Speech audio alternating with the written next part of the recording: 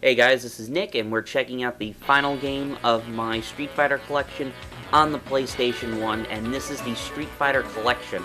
Now, this is the first Street Fighter collection that came out in 1997. There was also another version of the Street Fighter collection that came out, and that version had 3 games, and it had Street Fighter 2, Street Fighter 2 Champion, and Street Fighter 2 Turbo. So, if you wanted to play the old games in all of their loading glory on the PlayStation 1, which you'll be seeing in the very next video, actually, on the first Capcom collection. You'll see that soon. Now, I'm kind of keeping these videos short because you have seen all these videos before, and the other 2 games that are on the collection are presented better on the other PS2 collection. So this is pretty much the only version of Super Street Fighter 2 that I have that's on this video. Here is the actual arcade version. The other one is obviously the Super Nintendo version, and other than that, Super Street Fighter 2 is not really in any of the other compilation games. And thanks to one of the people over on YouTube, I did screw up on the video. This was the first game released on the CPS2 hardware, not the CPS1 hardware. I should have thought of that when I was writing it down originally. I shouldn't take everything I take off of Wikipedia. They do have a good source of information, but what do you expect? Now, here's obviously ST that a lot of people know. I'm going to be doing a full review of ST for the second Capcom collection that's on the PS2, as well as the first Street Fighter game, instead of like just doing like an overall video review for the entire disc, which is 24 games, and the other one has 22 games. I'm not going to do that. So I'm just using Cammy against Big Bird, aka Guile.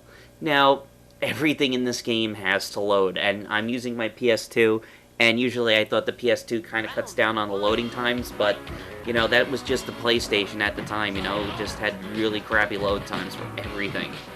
And I mean, it doesn't help that I'm also playing once again through the easy cap, so I have a couple frame second of delay, so you're not going to be seeing a lot of good gameplay footage by using this. But, you know, when this version came out, I remember Super Turbo not being very popular in my arcades because I had gone to a place called the Spaceplex, and that place is very notorious. I'm not going to get into it for obvious reasons, but I remember that when the first time I played Super Turbo, they had it on one of the bigger Capcom Blue machines. I forget which must have been one of the bigger 30-inch monitors, and it would get absolutely no play. I mean, no one played it at all, and that was like, I think for where I lived was more of a Mortal Kombat town than Street Fighter, because Street Fighter was really huge, and then once Mortal Kombat came out, it just took over by storm. I mean, the one arcade that I used to go to at the time had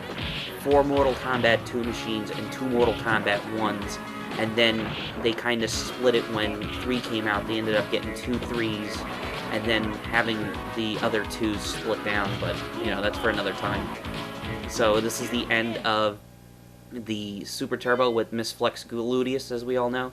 Now, here's Alpha 2 Gold, and I didn't know that this game had people don't like it as much as I thought. I thought that this was one of my favorite versions of Alpha 2, for I think a lot of people don't like that you can, Capcom took a lot of the crazy stuff out that with the custom combos, I think. But they also added in some new stuff, like Sakura has her Bop Attack, I like to call it, where you do the Dragon Punch with the kick, and she can smash down on your head. But in this version, you can't combo it like you can also in Alpha 3 and in Super Street Fighter 4, where you can pretty much go up and do a successful 3-hit chain.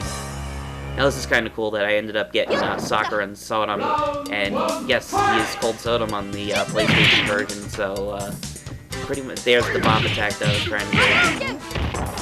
Now, I just love Alpha 2. They have, I think, just some of the best music in the game, and the series, I should say. Here's a custom combo. I'm not very good at doing it, but you can really dish out a lot of damage if you build it up. And, you know, I thought that this was pretty much one of the best versions of Street Fighter, period. Everything about the game felt right. I loved how, you know, all the characters felt balanced. You could always have a good fight against, no matter who you were playing against. You know, it wasn't really, you know, always the chosen characters, will always be some of the better characters up, Sagat and Ryu and stuff like that, but you could do pretty good with pretty much every character. So, as I close out here on the Street Fighter collection for the PlayStation, this is the last of the PlayStation games. I'm going to get into PlayStation 2, obviously, since I have the PlayStation 2 down.